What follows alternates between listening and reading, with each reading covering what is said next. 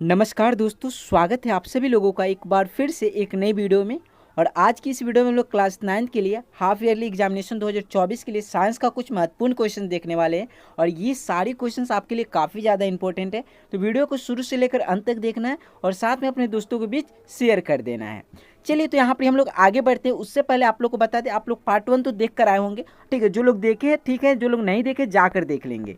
Part 1 में हम लोग 1 से लेकर 20 तक क्वेश्चन देखे थे, और इस वीडियो में हम लोग 20 से लेकर 40 नंबर तक क्वेश्चन देखेंगे, ठीक है। 20 से लेकर 40 नंबर क्वेश्चन देखेंगे। चलिए आगे बढ़ते हैं हम लोग। यहाँ पर हम लोग आगे बढ़ें और यहाँ पे हम लोग 21 नंबर क्वेश्चन को अटेंड करेंगे। 21 नंबर क्वेश्चन क्या है वो देखिए। 6.022 इंटू 10⁻23 कणों के समूह को क्या कहा जाता है? तो आपको पता है इस कणों के समूह को क्या कहा जाता है? यह किसके बराबर होता है? ये 1 मोल के बराबर होता है। इस कणों के समूह को क्या कहते हैं? मोल कहते हैं, ठीक है, मोल कहते हैं। ऑप्शन ए आपका यहाँ पर सही जवाब हो जाएगा। और इसको हम लोग अवगाद्रो संख्या भी कहते हैं, अवगाद्रो संख्या या अवगाद्रो स्थिरांक, ठीक है। आगे बढ़ते हैं, अगला क्वेश्चन देखिएगा।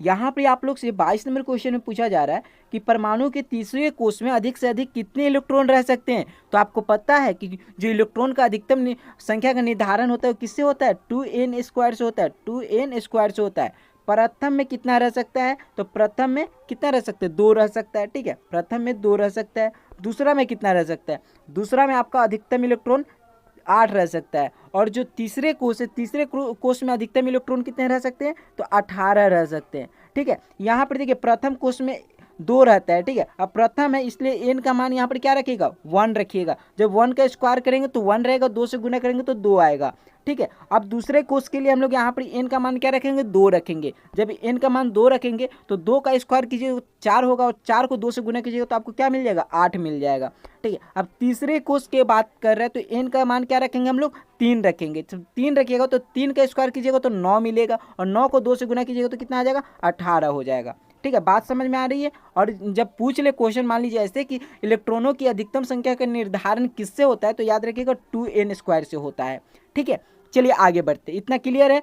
चलिए यहाँ पर देखिएगा आप लोग से 23 नंबर क्वेश्चन, मैग्नीशियम का सही इलेक्ट्रॉनिक 1 सेकेंड, मैग्नीशियम का सही इलेक्ट्रॉनिक विन्यास निम्न में से कौन सा है? मैग्नीशियम का सही इलेक्ट्रॉनिक विन्यास निम्न में से कौन सा आप लोग से पूछा गया है? यहाँ पर कौन सा ऑप्शन सही हो जाएगा? अब चलिए, मैग्नीशियम का जब इलेक्ट्रॉनिक विन्यास पूछा है तो इससे पहले हमको आप ये बता दीजिए मैग्नीशियम का परमाणु संख्या क्या होता है? मैग्नीशियम का परमाणु संख्या क्या होता है? 12 होता है, ठीक है। अब इसको हम लोग पहला कोष में कितना रखेंगे? पहला कोष में अधिकतम 2 रख सकते हैं। जब पहला कोष में 2 रख देंगे तो यहाँ पर कितना बचेगा हमारे पास? 10 बचेगा, 10 बचेगा ना।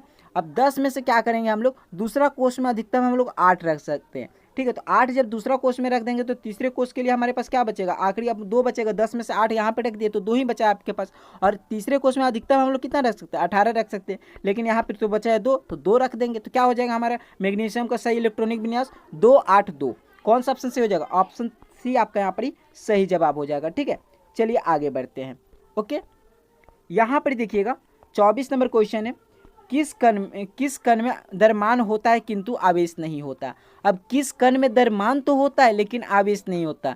तो न्यूट्रॉन में द्रव्यमान होता है लेकिन आवेश नहीं होता है। प्रोटॉन धनात्मक आवेश होता है, प्रोटॉन के पास क्या होता है? धनात्मक आवेश होता है। इलेक्ट्रॉन के पास क्या होता है? इलेक्ट्रॉन के पास आपका ऋणायन मतलब ऋणात्मक आवेश होता है, ठीक है, ऋणात्मक आवेश होता है। और न्यूट्रॉन के पास द्रव्यमान होता है लेकिन इसमें कोई आवेश नहीं रहता है, ठीक है। चलिए, तो यहाँ पर कौन सा ऑप्शन सही हो जाएगा? ऑप्शन आपका सी सही जवाब हो जाएगा, ठीक है। चलिए आगे बढ़ते हैं। यहाँ पर ही देखिएगा 25 नंबर क्वेश्चन, किसी तत्व के परमाणु में 6 न्यूट्रॉन एवं 6 प्रोटॉन है तो तत्व का परमाणु द्रव्यमान क्या होगा? किसी भी तत्व के परमाणु में अगर 6 न्यूट्रॉन है और 6 प्रोटॉन है तो तत्व का परमाणु द्रव्यमान जो होगा वो कितना होगा? परमाणु द्रव्यमान कैसे पता किया जाता है? परमाणु द्रव्यमान न्यूट्रॉन और प्रोटॉन का जो संख्या होता है उसको जोड़ा जाता है, न्यूट्रॉन और प्रोटॉन को जोड़ा जाता है, ठीक है। जोड़ने के बाद परमाणु द्रव्यमान पता चलता है। यहाँ पर न्यूट्रॉन कितना है? 6 है। प्रोटॉन कितना है? 6। 6 को जोड़ दीजिएगा तो कितना हो जाएगा? 12 हो जाएगा। 6 + 6 करेंगे तो कितना हो जाएगा? 12 हो जाएगा, ठीक है। तो ये आपका क्या हो जाएगा? ये आपका क्या होगा? 12 परमाणु द्रव्यमान हो जाएगा, ठीक है। परमाणु द्रव्यमान को परमाणु भार भी कहा जाता है, याद रखिएगा, ठीक है। चलिए आगे बढ़ते हैं। यहाँ पर 26 नंबर क्वेश्चन देखिएगा, कोशिका का पावर हाउस कहलाता है? कोशिका का पावर हाउस किसको हम लोग कहते हैं? बताइएगा, कोशिका का पावर हाउस किसको कहा जाता है? माइटोकॉन्ड्रिया को कहा जाता है, माइटोकॉन्ड्रिया को कहा जाता है। ऑप्शन सी आपका यहाँ पर ही सही जवाब हो जाएगा। ठीक है, माइटोकॉन्ड्रिया जो है कोशिका का एक अंग है, ठीक है, जो ग्लूकोज का विखंडन करता है, ग्लूकोज को तोड़ता है, ठीक है, जिससे हम लोग को रासायनिक ऊर्जा उत्पन्न होती है, जिससे रासायनिक ऊर्जा उत्पन्न होती है और ये ऊर्जा हमारे शरीर की गतिविधियों को संचालन करने में शारीरिक बल प्रदान करता है। ठीक है, और जिसको तोड़ता है, तोड़ने का काम कौन करता है? माइटोकॉन्ड्रिया करता है।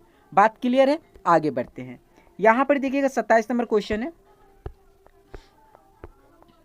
चलिए, यहाँ पर 27 नंबर क्वेश्चन है, पादप कोशिका के चारों तरफ पाई जाने वाले झिल्ली का नाम क्या है? पादप यानी पौधा कोशिका के चारों ओर जो झिल्ली पाया जाता है उसको हम लोग क्या कहते हैं? कोशिका भित्ति कहते हैं। क्या कहते हैं? कोशिका भित्ति। ऑप्शन सी आपका यहाँ पर ही सही जवाब हो जाएगा। ठीक है, चलिए आगे बढ़ते हैं। यहाँ पर देखिएगा 28 नंबर क्वेश्चन है, निम्नांकित में से कौन फ्लोएम का भाग नहीं है? निम्नांकित में से कौन फ्लोएम का भाग नहीं है? तो फ्लोएम 5 प्रकार का होता है, 5 प्रकार की कोशिकाओं से बना होता है। चालनी कोशिका, ठीक है, चालनी नलिका, सखी कोशिका, फ्लोएम तंतु और फ्लोएम प्रेनकाइमा। ठीक है, तो यहाँ पर क्या है? यहाँ पर स्नायु जो है ये क्या है? ये आपका फ्लोएम का भाग नहीं है। ऑप्शन डी आपका यहाँ पर ही सही जवाब हो जाएगा। ठीक है, आगे बढ़ते हैं। यहाँ पर देखिएगा 29 नंबर क्वेश्चन है, कौन सा उत्तक जल और खनिज का वहन करता है? कौन सा उत्तक है जो जल और खनिज का वहन करता है? तो जाइलम उत्तक। कौन? जाइलम उत्तक। ऑप्शन बी आपका यहाँ पर ही सही जवाब हो जाएगा। ठीक है, चलिए आगे बढ़ते हैं। यहाँ पर देखिएगा 30 नंबर क्वेश्चन है, कोर्क कोशिकाओं में पाया जाता है। कोर्क कोशिकाओं में क्या पाया जाता है? सुब्रीन पाया जाता है। ऑप्शन सी आपका यहाँ पर ही सही जवाब हो जाएगा। ठीक है, आगे बढ़ते हैं। यहाँ पर देखिएगा, यहाँ पर 31 नंबर क्वेश्चन है, स्पाइरोगाइरा है। स्पाइरोगाइरा क्या है? स्पाइरोगाइरा एक थेलोफाइटा है। क्या है? एक थेलोफाइट है। ठीक है, कौन सा ऑप्शन से हो जाएगा? ऑप्शन बी आपका सही जवाब हो जाएगा। ठीक है, आगे बढ़ते हैं। आगे क्वेश्चन देखिएगा, एक कोशिकीय जंतु है। एक कोशिकीय जंतु कौन है? बताइएगा, एक कोशिकीय जंतु कौन है? अमीबा है। ठीक है, अमीबा एक कोशिकीय जंतु होता है। ठीक है, आपको पता है। ऑप्शन बी आपका यहाँ पर सही जवाब हो जाएगा। आगे बढ़ते हैं। यहाँ पर देखिएगा 23 नंबर क्वेश्चन है, किस जंतु में विषैले उपांग पाए जाते हैं? किस जंतु में विषैले उपांग पाए जाते हैं? तो यहाँ पर सही जवाब क्या होगा? बिच्छू। ठीक है, ऑप्शन डी आपका यहाँ पर सही जवाब हो जाएगा। आगे बढ़ते हैं, अगला क्वेश्चन देखिएगा। यहाँ पर 34 नंबर क्वेश्चन है, निद्रा रोग उत्पन्न करता है। निद्रा रोग कौन उत्पन्न करता है? निद्रा रोग जो होता है उसको कौन उत्पन्न करता है? ट्रिप्नोसोमा उत्पन्न करता है। कौन उत्पन्न करता है? ट्रिप्नोसोमा। ऑप्शन ए आपका यहाँ पर सही जवाब हो जाएगा। और यह एक परजीवी प्रोटोजोआ है जो मनुष्य और जानवरों को संक्रमित कर सकता है। ठीक है, ट्रिप्नोसोमा दो मुख्य प्रकार के जो निद्रा रोग का कारण बनता है। एक ट्रिप्नोसोमा ब्रुसेई, चलिए उसको आगे रहने दिए, यहाँ पे इसको याद रखिए। ठीक है, 35 नंबर क्वेश्चन देखिए, पेचिस का कारक जीव है। पेचिस का कारक जीव क्या है? पेचिस का कारक जीव आपका एंटमीबा हो जाएगा। ऑप्शन बी आपका यहाँ पर सही जवाब हो जाएगा। आगे बढ़ते हैं, अगला क्वेश्चन देखिएगा, आयन मंडल का विस्तार क्या है? आयन मंडल के विस्तार है। आयन मंडल का विस्तार कहाँ से कहाँ तक है? 80 किलोमीटर से लेकर 640 किलोमीटर तक आयन मंडल का विस्तार है। ठीक है, यह वायुमंडल का वह भाग है जिसमें सूर्य के विकिरण में वायु अणुओं का आयनीकरण होता है, जिसके कारण इलेक्ट्रॉन और आयन बनते हैं। ठीक है, ऑप्शन ए आपका यहाँ पर सही जवाब हो जाएगा। आगे बढ़ते हैं, अगला क्वेश्चन देखिएगा। यहाँ पर 37 नंबर क्वेश्चन है, 10 डिग्री सेल्सियस तापक्रम बराबर है। 10 डिग्री जो सेल्सियस तापक्रम है वो कितने के बराबर है? तो आपको पता है 0 डिग्री सेल्सियस कितने के बराबर होता है? 273 केल्विन। 273 केल्विन के बराबर होता है। 273.15, लेकिन हम लोग यहाँ पर 273 लेकर चलेंगे। अब यहाँ पर 10 बोला है, मतलब हम लोग क्या करेंगे? 10 प्लस कर देंगे। किस में? 273 में 10 प्लस कर देंगे। 273 में 10 प्लस कीजिएगा तो कितना आ जाएगा? ये 283 आ जाएगा। तो 283 केल्विन के बराबर होता है 10 डिग्री सेल्सियस। ठीक है, तो ऑप्शन बी आपका यहाँ पर सही जवाब हो जाएगा। आगे बढ़ते हैं, अगला क्वेश्चन देखिएगा। यहाँ पर 38 नंबर क्वेश्चन, निम्नलिखित में कौन तत्व नहीं है? निम्नलिखित में कौन तत्व नहीं है? तांबा, ऑक्सीजन, पानी, या यहाँ पर ऑप्शन है चांदी। तो आपको पता है पानी जो ये क्या है? तत्व नहीं है, ये यौगिक है। इसका क्या रासायनिक नाम होता है? H2O होता है। क्या नाम होता है? H2O होता है। ठीक है, तो ऑप्शन सी आपका यहाँ पर सही जवाब हो जाएगा। ठीक है, चलिए आगे बढ़ते हैं। और यहाँ पर आप लोग से 39 नंबर क्वेश्चन पूछा जा रहा है कि दूध के उत्पादन में क्रांतिकारी वृद्धि को कहते हैं? दूध के उत्पादन में क्रांतिकारी वृद्धि को कहते हैं कौन सा? क्रांतिकारी वृद्धि को कहते हैं, तो दूध के उत्पादन के लिए कौन सा इसमें से आपको मैच करेगा? रजत क्रांति, हरित क्रांति, श्वेत क्रांति या नील क्रांति? इसका आंसर 39 नंबर का आंसर आप लोग को कॉमेंट बॉक्स में देना है। 39 नंबर का आंसर आप लोग को कॉमेंट बॉक्स में देना है। चलिए आगे बढ़ते हैं, आखिरी क्वेश्चन देख लीजिएगा। इथिलीन डाइब्रोमाइड है, इथिलीन डाइब्रोमाइड क्या है? इथिलीन डाइब्रोमाइड क्या है?